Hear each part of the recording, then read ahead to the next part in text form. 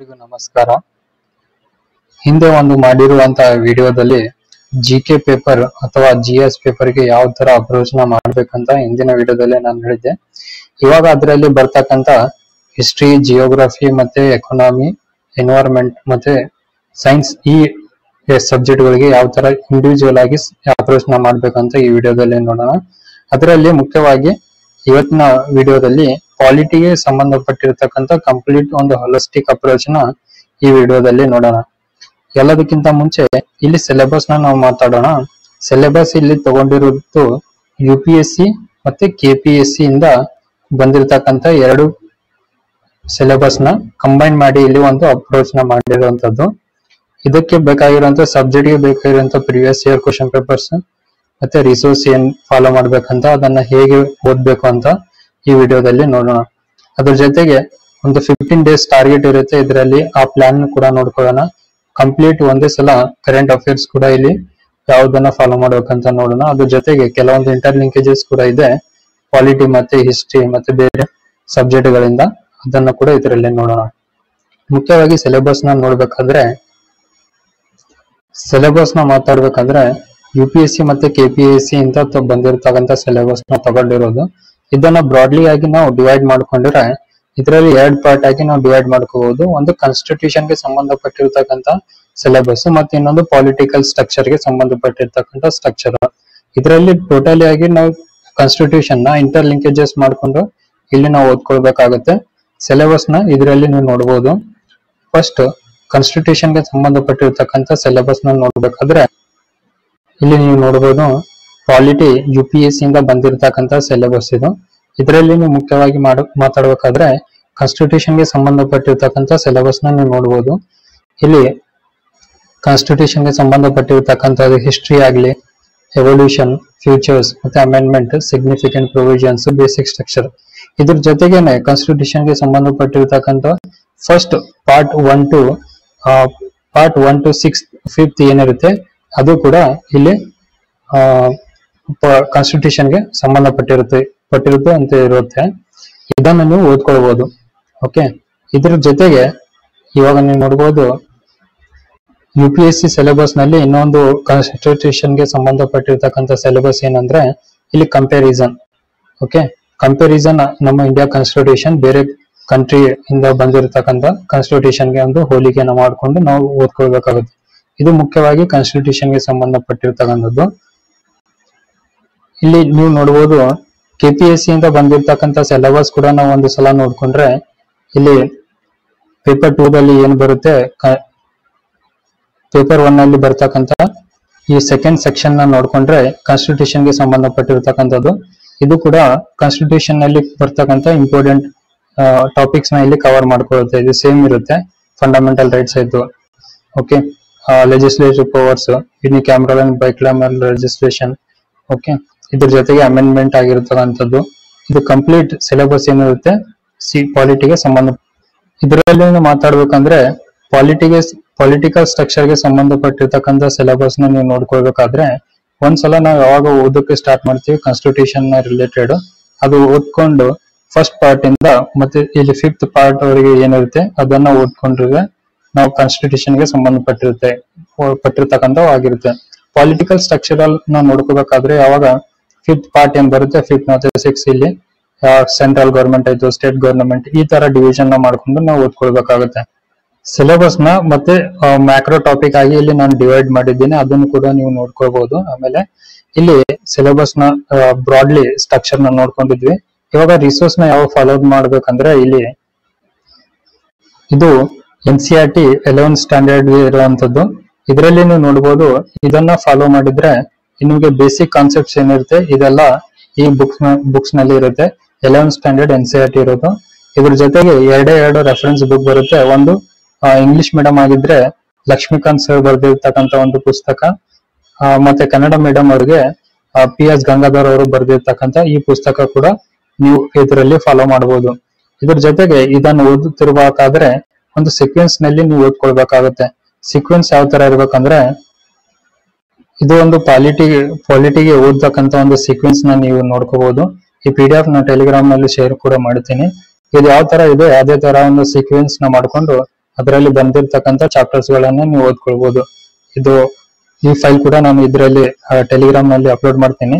ಇದು ಯಾವ ತರ ಇದೆ ಅದೇ ತರನ ಒಂದು ಸ್ಟ್ರಕ್ಚರ್ ಮಾಡ್ಕೊಂಡು ನೀವು ಓದ್ಕೊಳ್ಬಹುದು. ಎಲ್ಲಾ ಟಾಪಿಕ್ ಗಳು ಕೂಡ ಇಲ್ಲಿ ನಿಮ್ಗೆ ಒಂದು ಸೀಕ್ವೆನ್ಸ್ ವೈಸ್ ನಲ್ಲಿ ಇರತಕ್ಕಂಥದ್ದು.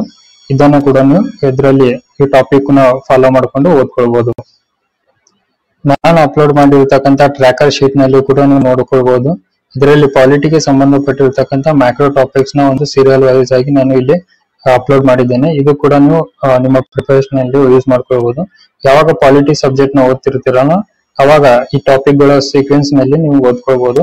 ಇದರಲ್ಲಿ ಬಂದಿರತಕ್ಕಂತ ಎಲ್ಲ ಟಾಪಿಕ್ ಗಳನ್ನ ಎರಡು ಪುಸ್ತಕದಿಂದ ಯಾವ್ದಾದ್ರು ಒಂದನ್ನ ಕನ್ನಡ ಮೀಡಿಯಂ ಅವರು ಕನ್ನಡ ಮೀಡಿಯಂ ಪುಸ್ತಕದಿಂದ, ಇಂಗ್ಲಿಷ್ ಮೀಡಿಯಂ ಅವರು ಇಂಗ್ಲಿಷ್ ಮೀಡಿಯಂ ಪುಸ್ತಕದಿಂದ ಇಲ್ಲಿ ನೀವು ಕವರ್ ಮಾಡ್ಕೊಳ್ಬಹುದು. ಇದಷ್ಟು ಸಿಲೆಬಸ್ ಮತ್ತೆ ರಿಸೋರ್ಸ್ ನ ಯಾವ್ದು ಫಾಲೋ ಮಾಡ್ಬೇಕಂತ ಆಯ್ತು.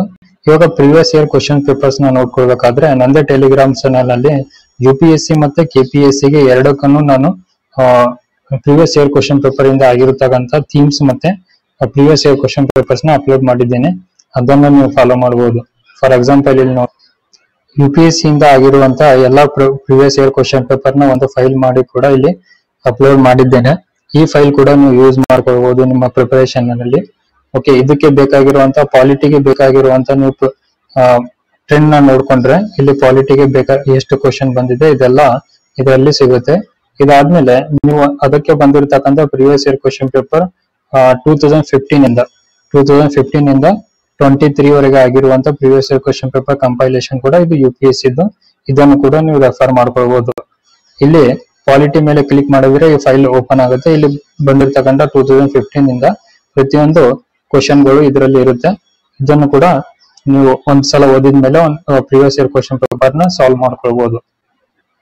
ಅದ್ರ ಜೊತೆಗೆ KPSC ಇಂದ ಆಗಿರುವಂತ ಎಲ್ಲಾ ಪ್ರೀವಿಯಸ್ ಇಯರ್ ಕ್ವಶನ್ ಪೇಪರ್ ನ ಇಲ್ಲಿ ನಾನು ಥೀಮ್ಸ್ ನ ಐಡೆಂಟಿಫೈ ಮಾಡಿ ಅದನ್ನ ಒಂದು ಫೈಲ್ ಮಾಡಿರತಕ್ಕಂಥದ್ದು. ಇದು ಕೂಡ ನೀವು ಓದ್ತಿರ್ಬೇಕಾದ್ರೆ ಒಂದ್ಸಲ PS ಗಂಗಾಧರ್ ಪುಸ್ತಕನ ನೀವು ಕಂಪ್ಲೀಟ್ ಆದ್ಮೇಲೆ ಇಲ್ಲಿ ನೀವು ಈ ಬುಕ್ ಅನ್ನ ಈ ಕ್ವಶನ್ ಪೇಪರ್ಸ್ ಥೀಮ್ಸ್ ನ ನೀವು ನೋಡ್ಕೊಳ್ಬಹುದು. ಈ ಥೀಮ್ಸ್ ನ ನೋಡ್ಕೊಂಡು ಪ್ರೀವಿಯಸ್ ಇಯರ್ ಕ್ವಶನ್ ಪೇಪರ್ ನಲ್ಲಿ ಆಗಿರುವಂತದ್ದು ಅದನ್ನ ಆದ್ಮೇಲೆ ನೀವು ಪುಸ್ತಕದಿಂದ ಓದ್ಕೊಳ್ಬಹುದು. ಇದು ಕೂಡ ತುಂಬಾ ಇಂಪಾರ್ಟೆಂಟ್. ಯಾವ ಥೀಮ್ಸ್ ಬಂದಿರುತ್ತೆ, ಯಾವ ಕ್ವಶನ್ ಕೇಳಿರ್ತಾರೆ ಪ್ರೀವಿಯಸ್ ಇಯರ್ ಕ್ವಶನ್ ಪೇಪರ್ ನಲ್ಲಿ ಅನ್ನೋದು ಇದರಲ್ಲಿ ಇರುತ್ತೆ. ಇದನ್ನು ಕೂಡ ನೀವು ರೆಫರ್ ಮಾಡ್ಕೊಳ್ಬಹುದು. ಇದರಲ್ಲಿ ಕೂಡ ಟಾಪಿಕ್ ವೈಸ್ ನ ಮಾಡಿರತಕ್ಕಂಥದ್ದು. ಇದನ್ನು ಕೂಡ ನಿಮ್ಮ ಪ್ರಿಪರೇಷನ್ ನಲ್ಲಿ ಓದ್ತಿರ್ಬೇಕಾದ್ರೆ ಪ್ರೀವಿಯಸ್ ಇಯರ್ ಕ್ವಶನ್ ಪೇಪರ್ಸ್ ನ ಯಾವ ತರ ಕ್ವಶನ್ ಕೇಳಿದ್ದಾರೆ ಅನ್ನೋದನ್ನ ನೋಡ್ಕೊಂಡು ಇಲ್ಲಿಂದ ಓದ್ಕೊಳ್ಬಹುದು. ಇವಾಗ ನಾವು ಯಾವ ತರ ಓದ್ಕೊಳ್ಬೇಕಂತ ಇವಾಗ ನೋಡಿದ್ರೆ ಪ್ರೀವಿಯಸ್ ಇಯರ್ ಕ್ವಶನ್ ಪೇಪರ್ಸ್ ಮತ್ತೆ ಸಿಲೆಬಸ್ ನ ಎರಡನ್ನು ನಾವು ತಗೊಂಡು ಇಲ್ಲಿ ನಾವು ಪ್ರಿಪರೇಷನ್ ಮಾಡ್ಕೊಳ್ಬೇಕಾಗುತ್ತೆ. ರಿಸೋರ್ಸ್ ನಾನು ಹೇಳಿದೆ ಲಕ್ಷ್ಮೀಕಾಂತ್ ಪುಸ್ತಕನ ಓದ್ಕೊಳ್ಬೇಕಂತ. ರೀಡಿಂಗ್ ಒಂದು ಸೀಕ್ವೆನ್ಸ್ ಸಿಗುತ್ತೆ. ಆ ಸೀಕ್ವೆನ್ಸ್ ಕೂಡ ನೀವು ತಗೊಂಡಿದ್ಮೇಲೆ ಯಾವ ತರ ಸೀಕ್ವೆನ್ಸ್ ನ ಮಾಡಿರ್ತಕ್ಕಂಥದ್ದು ಅದೇ ಸೀಕ್ವೆನ್ಸ್ ನಲ್ಲಿ ನೀವು ಎಲ್ಲಾ ಟಾಪಿಕ್ ಗಳನ್ನ ಕವರ್ ಮಾಡ್ಕೊಳ್ಬಹುದು. ಇವಾಗ ಅದಾದ್ಮೇಲೆ ರಿವಿಷನ್ ಗೋಸ್ಕರ ನೀವು ಮಾತಾಡಬೇಕಾದ್ರೆ ಇಲ್ಲಿ ಓನ್ಲಿ IAS ನಿಂದ ಮಾಡಿರ್ತಕ್ಕಂಥ ಒಂದು ಮಟೀರಿಯಲ್ ಇದೆ. PW ಅವರು ಮಾಡಿರ್ತಕ್ಕಂಥದ್ದು ಫಿಸಿಕ್ಸ್ ವಾಲ. ಇವ್ರದ್ದು ಮಟೀರಿಯಲ್ ಕೂಡ ನೀವು ಯೂಸ್ ಮಾಡ್ಕೊಳ್ಬಹುದು. ಯಾವಾಗ ಅಂದ್ರೆ ಒಂದು ಸಲ ಈ ಲಕ್ಷ್ಮೀಕಾಂತ್ ಪುಸ್ತಕನ ಓದಿದ್ಮೇಲೆ ಲಕ್ಷ್ಮೀಕಾಂತ್ ಮತ್ತೆ ಕನ್ನಡ ಮೀಡಿಯಂದವರು PS ಗಂಗಾಧರ್ ಪುಸ್ತಕನ ಓದಿದ್ಮೇಲೆ ಈ ಓನ್ಲಿ IAS ಮಟೀರಿಯಲ್ ಕೂಡ ನೀವು ರಿವಿಷನ್ ಗೋಸ್ಕರ ಯೂಸ್ ಮಾಡ್ಕೊಳ್ಬಹುದು. ಟೆಸ್ಟ್ ಗೆ ಅಂತ ಮಾತಾಡ್ಬೇಕಾದ್ರೆ ಇಲ್ಲಿ ಅದೇ ಯಾವ್ದೇ ಟಾಪಿಕ್ ಅನ್ನ ನೀವು ಓದಿರ್ತಿರಲ್ಲ ಆ ಟಾಪಿಕ್ ಮೇಲೆ ಅದೇ ಪುಸ್ತಕದಿಂದ ಲಕ್ಷ್ಮೀಕಾಂತ್ ಕೂಡ ಇಲ್ಲಿ MCQ ಬುಕ್ ಇದೆ. ಓಕೆ, ಅದನ್ನು ಕೂಡ ನೀವು ನಿಮ್ಮ ಪ್ರಿಪರೇಷನ್ ನಲ್ಲಿ ಯೂಸ್ ಮಾಡ್ಕೊಳ್ಬಹುದು. ಇಲ್ಲಿ ನಾನು ಯಾಕೆ ತೋರಿಸ್ತಾ ಇಲ್ಲಪ್ಪ ಅಂದ್ರೆ ಇಲ್ಲಿ ಕಾಪಿರೈಟ್ ಇಶ್ಯೂ ಆಗಿರುತ್ತೆ, ಇದಕ್ಕೋಸ್ಕರ ನಾನು ತೋರಿಸ್ತಾ ಇಲ್ಲ. ನೀವು ಗೂಗಲ್ ನಲ್ಲಿ ಸರ್ಚ್ ಮಾಡಿದ್ಮೇಲೆ ಲಕ್ಷ್ಮೀಕಾಂತ್ MCQ ಬುಕ್ ಅಂತ ನೀವು ಸರ್ಚ್ ಮಾಡಿದ್ಮೇಲೆ ಅದನ್ನ ನೀವು ಯೂಸ್ ಮಾಡ್ಕೊಳ್ಬಹುದು. ಇದರಲ್ಲಿ ಟಾಪಿಕ್ ವೈಸ್ ಪ್ರತಿಯೊಂದು ಟಾಪಿಕ್ ವೈಸ್ ಇಲ್ಲಿ MCQ ನ ಮಾಡಿರ್ತಕ್ಕಂಥದ್ದು. ಅದರಲ್ಲಿ ಕೂಡ ನೀವು MCQ ಗೋಸ್ಕರ ಯೂಸ್ ಮಾಡ್ಕೊಳ್ಬಹುದು. ಇವಾಗ ಪ್ಲಾನ್ ಬಗ್ಗೆ ನಾವು ಮಾತಾಡ್ಬೇಕಾದ್ರೆ ಯಾವ್ದಾದ್ರು ಫಸ್ಟ್ ಟೈಮ್ ಇವಾಗ ಯಾರು ಫಸ್ಟ್ ಟೈಮ್ ಓದ್ತಿರೋದ್ರಲ್ಲ ಅವ್ರು 15 days ನಾವು ಒಂದು ಪ್ಲಾನ್ ಮಾಡ್ಕೊಂಡು ಒಂದು ಟಾರ್ಗೆಟ್ ನ ಮಾಡ್ಕೊಂಡು ಓದ್ಕೊಳ್ಬಹುದು. ಇವಾಗ ಆಲ್ರೆಡಿ UPSC ಮತ್ತೆ KPSC ಓದೋರು ಕೂಡ ತುಂಬಾ ಸಲ ರಿವಿಷನ್ ಕೂಡ ಮಾಡಿರ್ತಾರೆ. ಅವ್ರ ಜೊತೆ ನಿಮ್ಗೆ ಕಾಂಪಿಟೇಷನ್ ಮಾಡೋದಿಲ್ಲ. ಯಾರು ಫಸ್ಟ್ ಟೈಮ್ ಯಾರು ಓದ್ತಿದ್ರಲ್ಲ ಈ ಪುಸ್ತಕನ ತಗೊಂಡು ಇದರಲ್ಲಿ ನೀವು ಓದ್ಕೊಳ್ಬಹುದು. ಓಕೆ, ಇದರಲ್ಲಿ ಪ್ಲಾನ್ ನ ನೋಡ್ಕೋಬೇಕಾದ್ರೆ ಫಾರ್ ಎಕ್ಸಾಂಪಲ್ ಇದು ಪಾಲಿಟಿಗೆ ಅಂತಾನೆ ಮಾಡಿರ್ತಕ್ಕಂಥ ಒಂದು ಡೈಲಿ ಪ್ಲಾನ್. ಇದರಲ್ಲಿ ನೀವು ನೋಡ್ಕೊಳ್ಬಹುದು ಯಾವ ತರ ಟಾಪಿಕ್ ಅದರಲ್ಲಿ ಕವರ್ ಮಾಡಿದ್ರೆ. ಅದೇ ತರ ಇವಾಗ ಫಸ್ಟ್ ಡೇ ನೀವು ಓದ್ತಾ ಇದ್ರೆ ಡೇ 1, ಓಕೆ, ಡೇ 1 ಓದ್ತಿದ್ರೆ ನೀವು ಈ ಟಾಪಿಕ್ ಗಳನ್ನ ನೀವು ಕವರ್ ಮಾಡ್ಕೊಳ್ಬಹುದು. ಓಕೆ, ಡೇ 1, ಡೇ 2 ಇದೇ ತರ ಒಂದು 15 ಡೇಸ್ ಟಾರ್ಗೆಟ್ ಇರುತ್ತೆ. ಇದರಲ್ಲಿ ಯಾವ ತರ ನಾನು ಸೀಕ್ವೆನ್ಸ್ ನ ಮಾಡಿದ್ದೇನೆ ಅದೇ ತರ ನೀವು ಓದ್ಕೊಂಡಿದ್ರೆ ಒಂದು ಕರೆಕ್ಟ್ ಸೀಕ್ವೆನ್ಸ್ ಕೂಡ ಆಗುತ್ತೆ. ಇಲ್ಲಿ ನೀವು ಕೊನೆಯದಾಗಿ ಒಂದು ಸೆಷನಲ್ ಟೆಸ್ಟ್ ಕೂಡ ಕೊಡ್ಬೇಕಾಗುತ್ತೆ. ಓಕೆ, ಒಂದು ಸಬ್ಜೆಕ್ಟ್ ಗೆ ಬೇಕಾಗಿರುವಂತ ಒಂದು ಟೆಸ್ಟ್ ನ ತಗೊಂಡು ನೀವು ಸಬ್ಜೆಕ್ಟ್ ವೈಸ್ ಇಲ್ಲಿ ಅಪಿಯರ್ ಮಾಡ್ಕೋಬಹುದು. ಯಾಕಂದ್ರೆ ಇದರಿಂದಾನೇ ನಿಮ್ಗೆ ಎಷ್ಟು ನಾಲೆಜ್ ಬಂದಿರುತ್ತೆ ಅನ್ನೋದನ್ನ, ಟಾಪಿಕ್ ಎಷ್ಟು ಚೆನ್ನಾಗಿ ಅರ್ಥ ಮಾಡ್ಕೊಂಡಿರ್ತಾರ ಅಂತ ಗೊತ್ತಾಗುತ್ತೆ. ಓಕೆ, ಆ ಟೆಸ್ಟ್ ನ ನೀವು ಕೊಡಬೇಕು. ಇದು ಒಂದು ಇದು ಸೀಕ್ವೆನ್ಸ್ ಕೂಡ ನೀವು ಫಾಲೋ ಮಾಡ್ಕೊಳ್ಬಹುದು. ನಿಮ್ಮ ಡೈಲಿ ಪ್ಲಾನ್ ಅಲ್ಲಿ ಕೂಡ ಹೆಲ್ಪ್ ಆಗುತ್ತೆ ಇದು. ಓಕೆ, ಪಾಲಿಟಿ ಸಬ್ಜೆಕ್ಟ್ ನ ಒಂದು ಸೀಕ್ವೆನ್ಸ್ ನಲ್ಲಿ ಓದಿದ್ರೆ ಮಾತ್ರ ಅರ್ಥ ಆಗುತ್ತೆ. ಅದಕ್ಕೋಸ್ಕರ ಇದನ್ನು ಕೂಡ ನೀವು ಫಾಲೋ ಮಾಡ್ಕೊಂಡು 15 ಡೇಸ್ ಟಾರ್ಗೆಟ್ ನ ಮಾಡ್ಕೊಂಡು ಈ ಸಬ್ಜೆಕ್ಟ್ ನ ನೀವು ಓದ್ಕೊಳ್ಬಹುದು. ಇವಾಗ ಪ್ಲಾನ್ ನ ನೋಡ್ಕೊಂಡಿದ್ವಿ. ಇದಾದ್ಮೇಲೆ ಕರೆಂಟ್ ಅಫೇರ್ಸ್ ಗೆ ಏನ್ ಮಾಡ್ಬೇಕಂದ್ರೆ, ಯಾವಾಗ ನಿಮ್ಮ ಪುಸ್ತಕ ಲಕ್ಷ್ಮೀಕಾಂತ್ ಮತ್ತೆ ಇಂಗ್ಲಿಷ್ ಮೀಡಿಯಂ ಅವ್ರ ಲಕ್ಷ್ಮೀಕಾಂತ್ ಮತ್ತೆ PS ಗಂಗಾಧರ್ ಪುಸ್ತಕನ ಓದಿದ್ಮೇಲೆ ಇಲ್ಲಿ ನೀವು ಕರೆಂಟ್ ಅಫೇರ್ಸ್ ಗೆ ಮಾತಾಡ್ಬೇಕಾದ್ರೆ ಇಲ್ಲಿ ಇಂಗ್ಲಿಷ್ ಮೀಡಿಯಂ ಅವರು ವಿಷನ್ IAS ನಿಂದ ಬಂದಿರತಕ್ಕಂತ PT 365 ಪುಸ್ತಕನ ನೀವು ಕರೆಂಟ್ ಅಫೇರ್ಸ್ ಗೆ ಯೂಸ್ ಮಾಡ್ಕೊಳ್ಬಹುದು. ಓಕೆ, ಇದು ವಿಷನ್ IAS ನವ್ರು ಮಾಡಿರ್ತಕ್ಕಂಥ ಇಯರ್ಲಿ ಕಂಪೈಲೇಷನ್ ಇರುತ್ತೆ ಕರೆಂಟ್ ಅಫೇರ್ಸ್ ಗೆ, ಇದನ್ನು ಕೂಡ ನೀವು ಯೂಸ್ ಮಾಡ್ಕೊಳ್ಬಹುದು. ಇದರ ಜೊತೆಗೆ KPSC ಅವರು ಕೂಡ ಇದರಲ್ಲಿ ಬರ್ತಕ್ಕಂಥ ಟಾಪಿಕ್ ಗಳು ತುಂಬಾ ಇಂಟರ್ ಲಿಂಕೇಜಸ್ ಆಗುತ್ತೆ. ಇದು ಕೂಡ ನೀವು ಯೂಸ್ ಮಾಡ್ಕೊಳ್ಬಹುದು. ಯಾವುದೇ ತರ ಕೆಲವೊಂದು ಟಾಪಿಕ್ ಗಳು ಮಾತ್ರ ಸ್ವಲ್ಪ ಚೇಂಜ್ ಆಗಿರುತ್ತೆ. ಇದಾದ್ಮೇಲೆ ಪ್ರಿವಿಯಸ್ ಇಯರ್ ಕ್ವಶನ್ ಪೇಪರ್ ನಲ್ಲಿ ಕ್ವಾಲಿಟಿ ವೈಸ್ ಕ್ವಶನ್ ಗಳನ್ನ ನೀವು ನೋಡ್ಕೊಂಡು ಇದರಲ್ಲಿ ನೀವು ಓದ್ಕೊಳ್ಬಹುದು. ಇದ್ರ ಜೊತೆಗೆ inter linkages, last most important topic ನ ಮಾತಾಡ್ಬೇಕಂದ್ರೆ ಇಂಟರ್ ಲಿಂಕೇಜಸ್. ಇವಾಗ ನೀವು ಕಾನ್ಸ್ಟಿಟ್ಯೂಷನ್ ನ ಡೆವಲಪ್ಮೆಂಟ್ ನೀವು ಓದ್ತಿರಲ್ಲ, ಅವಾಗ ಪಾಲಿಟಿ ಮತ್ತೆ ಹಿಸ್ಟ್ರಿ ಕೂಡ ಇಲ್ಲಿ ಇಂಟರ್ ಲಿಂಕೇಜಸ್ ಇರುತ್ತೆ. ಫಾರ್ ಎಕ್ಸಾಂಪಲ್ ನೀವು ನೋಡ್ಕೊಂಡಿದ್ಮೇಲೆ ಕಾನ್ಸ್ಟಿಟ್ಯೂಷನ್ ನ back ground topic, first topic ನ ನೀವು ಏನು ಓದ್ತಾ ಇದ್ದೀರಲ್ಲ ಕಾನ್ಸ್ಟಿಟ್ಯೂಷನ್ ಬ್ಯಾಕ್ ಗ್ರೌಂಡ್, ಅದರಲ್ಲಿ ನೀವು ಹಿಸ್ಟ್ರಿಗೆ ಸಂಬಂಧಪಟ್ಟಿರ್ತಕ್ಕಂಥ ಆಸ್ಪೆಕ್ಟ್ ಗಳನ್ನ ನೀವು ಓದ್ತೀರಾ. ಫಾರ್ ಎಕ್ಸಾಂಪಲ್ ಇವಾಗ ಬ್ರಿಟಿಷರು ಏನ್ ರೂಲ್ ಮಾಡಿರ್ತಾರೆ 1773 ಇಂದ 1857 ವರೆಗೂ ಏನಿರುತ್ತೆ, ಮತ್ತೆ ಇದ್ರ ಜೊತೆಗೆ 1858 ಇಂದ 1947 ತನಕ ಇಲ್ಲಿವರೆಗೂ ಏನ್ ಬಂದಿರುತ್ತೆ ಈ ರೂಲ್. ಇದರಲ್ಲಿ ಬ್ರಿಟಿಷ್ ಕ್ರೌನ್ ರೂಲ್ ಮತ್ತೆ ಕಂಪನಿ ರೂಲ್ ಏನಿರುತ್ತೆ, ಇದರಲ್ಲಿ ನೀವು ಕಾನ್ಸ್ಟಿಟ್ಯೂಷನಲ್ ಇಂದ ಬಂದಿರತಕ್ಕಂತ ಲಾಸ್ ಆಗಲಿ, ಓಕೆ, ಅಮೆಂಡ್ಮೆಂಟ್ಸ್ ಆಗಲಿ, ಓಕೆ, ಇದಕ್ಕೆ ಆಗಿರುವಂತ ಆಕ್ಟ್ಸ್ ಗಳಾಗ್ಲಿ, ಗವರ್ಮೆಂಟ್ ಆಫ್ ಇಂಡಿಯಾ ಆಕ್ಟ್, ಈ ತರ ಆಕ್ಟ್ಸ್ ಏನಿರುತ್ತೆ ಇದೆಲ್ಲಾನು ಕೂಡ ಕಾನ್ಸ್ಟಿಟ್ಯೂಷನ್ ಇಂದ ಬಂದಿರತಕ್ಕಂತ ಟಾಪಿಕ್. ಇದು ಓದ್ತಿರ್ಬೇಕಾದ್ರೆ ಇದು ಮಾಡರ್ನ್ ಹಿಸ್ಟ್ರಿಯಲ್ಲಿ ಆಲ್ಮೋಸ್ಟ್ ಆಲ್ ಕವರ್ ಆಗಿರುತ್ತೆ. ಹೌದಾ, ಮಾಡರ್ನ್ ಹಿಸ್ಟ್ರಿ ಅಂತ ಮಧ್ಯಯುಗದ ಇತಿಹಾಸದಲ್ಲಿ ಇದರಲ್ಲಿ ನೀವು ನೋಡ್ಕೊಳ್ಬಹುದು. ಇದು ಒಂದು ಗೊತ್ತಿರ್ಬೇಕು ನಿಮಗೆ ಇಂಟರ್ ಲಿಂಕೇಜಸ್. ಯಾಕಂದ್ರೆ ಇದರಲ್ಲಿ ನಿಮ್ಗೆ ಡಬಲ್ ಬರ್ಡನ್ ಕೂಡ ಆಗಲ್ಲ. ಯಾವ ಟಾಪಿಕ್ ನ ಓದ್ತಿರ್ತಿರಲ್ಲ ಅವಾಗ ಒಂದು ಸೈಮಲ್ಟೇನಿಯಸ್ಲಿ ನೀವು ಓದ್ಕೊಳ್ಬಹುದು. ಇದಷ್ಟು ಸಿಂಪಲ್ ಅಪ್ರೋಚ್ ಒಂದು ಪಾಲಿಟಿಗೆ ಆಗಿರುತ್ತೆ. ಇದ್ರಿಗೂ ಕೂಡ ನೀವು ಹಾಲಿಸ್ಟಿಕ್ ಆಗಿ ಒಂದು ಸಬ್ಜೆಕ್ಟ್ ಗಳನ್ನ ಓದ್ತಿರ್ಬೇಕಾದ್ರೆ ಇಲ್ಲಿ ನೀವು ಫಾಲೋ ಮಾಡ್ಕೊಳ್ಬಹುದು.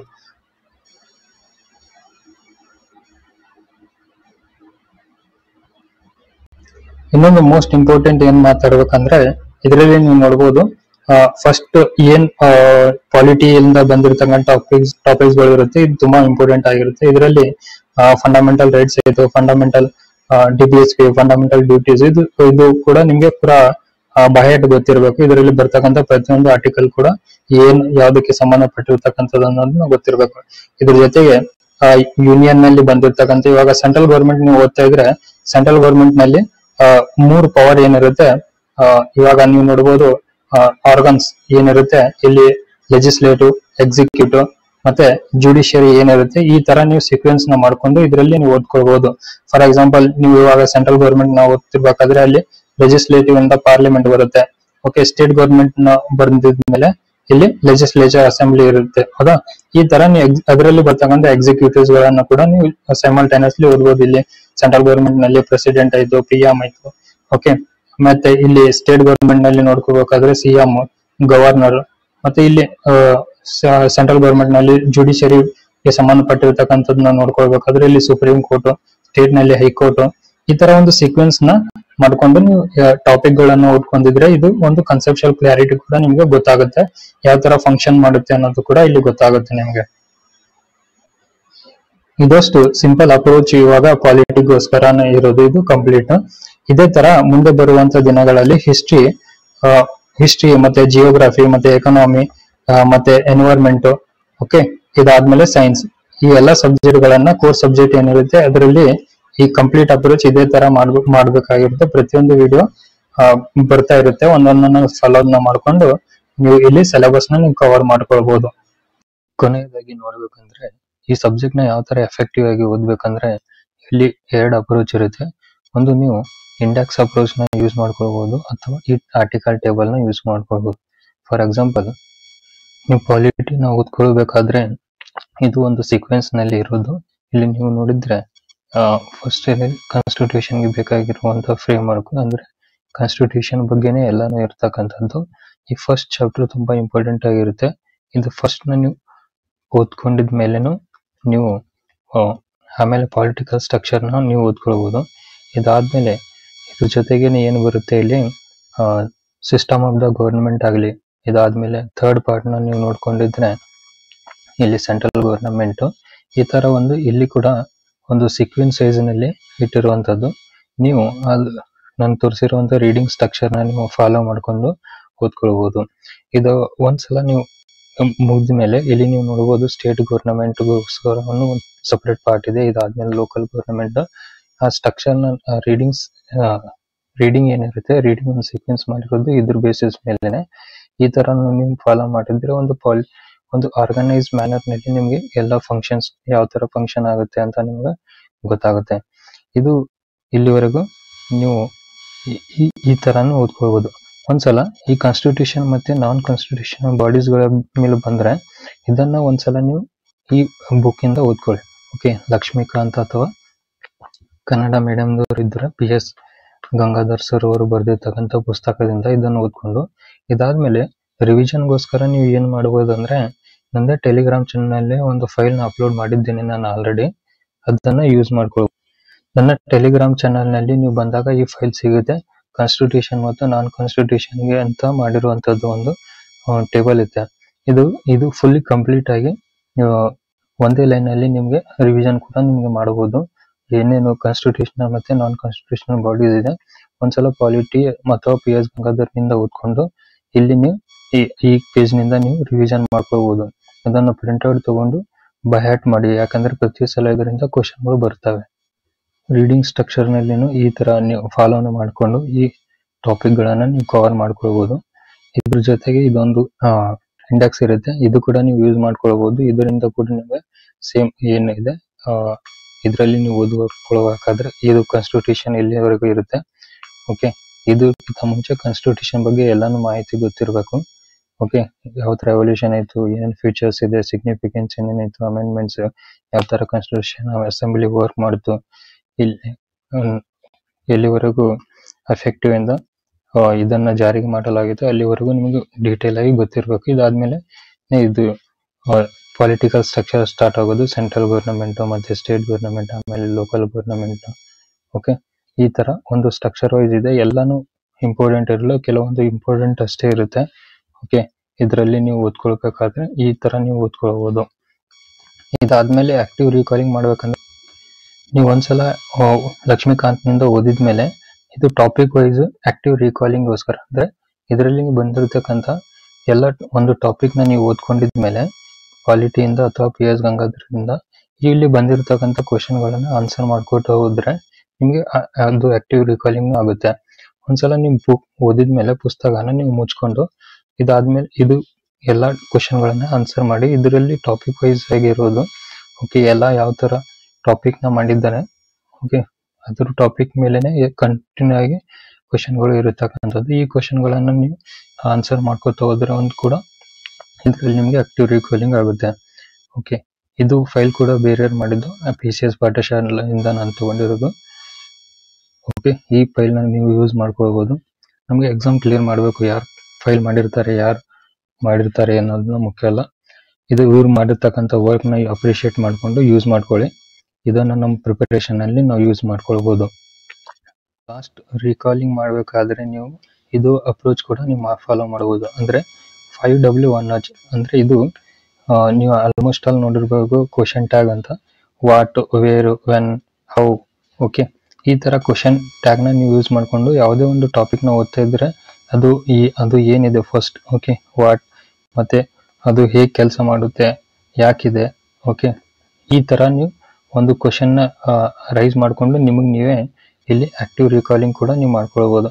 ಫಾರ್ ಎಕ್ಸಾಂಪಲ್, ನೀವು ಸೆಂಟ್ರಲ್ ಗವರ್ನಮೆಂಟ್ ನಲ್ಲಿ ಎಕ್ಸಿಕ್ಯೂಟಿವ್ಸ್ ಆಗಲಿ, ಓಕೆ, ಲೆಜಿಸ್ಲೇಟಿವ್ ಆಗಲಿ, ಜುಡಿಷಿಯರಿ ಯಾವ ತರ ವರ್ಕ್ ಮಾಡುತ್ತೆ, ಓಕೆ, ಯಾವ ತರ ವರ್ಕ್ ಮಾಡುತ್ತೆ, ಅವ್ರದ್ದು ಫಂಕ್ಷನ್ಸ್ ಏನು, ಈ ತರ ನಿಮ್ಗೆ ನೀವೇ ಕ್ವಶನ್ ಮಾಡ್ಕೊಂಡು ಪ್ರತಿಯೊಂದು ಟಾಪಿಕ್ ನ ಓದ್ಕೊಳ್ಬಹುದು. ಓಕೆ, ಇದು ಕೂಡ ಕ್ವಶನ್ ಟ್ಯಾಗ್ಸ್ ನ ಫಾಲೋ ಮಾಡ್ಕೊಂಡ್ರೆ ನಿಮಗೆ ಈಸಿಲಿ ಆಗಿ ಅರ್ಥ ಆಗುತ್ತೆ. ಇದಷ್ಟು ಕಂಪ್ಲೀಟ್ ಮಾಹಿತಿ ಪಾಲಿಟಿಗೋಸ್ಕರ ಆಯಿತು. ಇದರಲ್ಲಿ ನೀವು ಬಂದಿರತಕ್ಕಂಥ ಎಲ್ಲಾನು ಮಟೀರಿಯಲ್ನ ಯೂಸ್ ಮಾಡಿಕೊಂಡು ನಿಮ್ಮ ಪ್ರಿಪರೇಷನ್ ನಲ್ಲಿ ಯೂಸ್ ಮಾಡ್ಕೊಳ್ಬಹುದು. ಅದರಿಂದ ನಿಮ್ಮ ಪ್ಲಾನ್ ಕೂಡ ನಿಮಗೆ ಬಂದಿರತಕ್ಕಂಥ ಒಂದು ಸಬ್ಜೆಕ್ಟ್ನ ಹೋಲಿಸ್ಟಿಕ್ ಆಗಿ ನೀವು ಆರಾಮ್ಸೆ ಕವರ್ ಮಾಡ್ಕೋಬಹುದು. Thank you.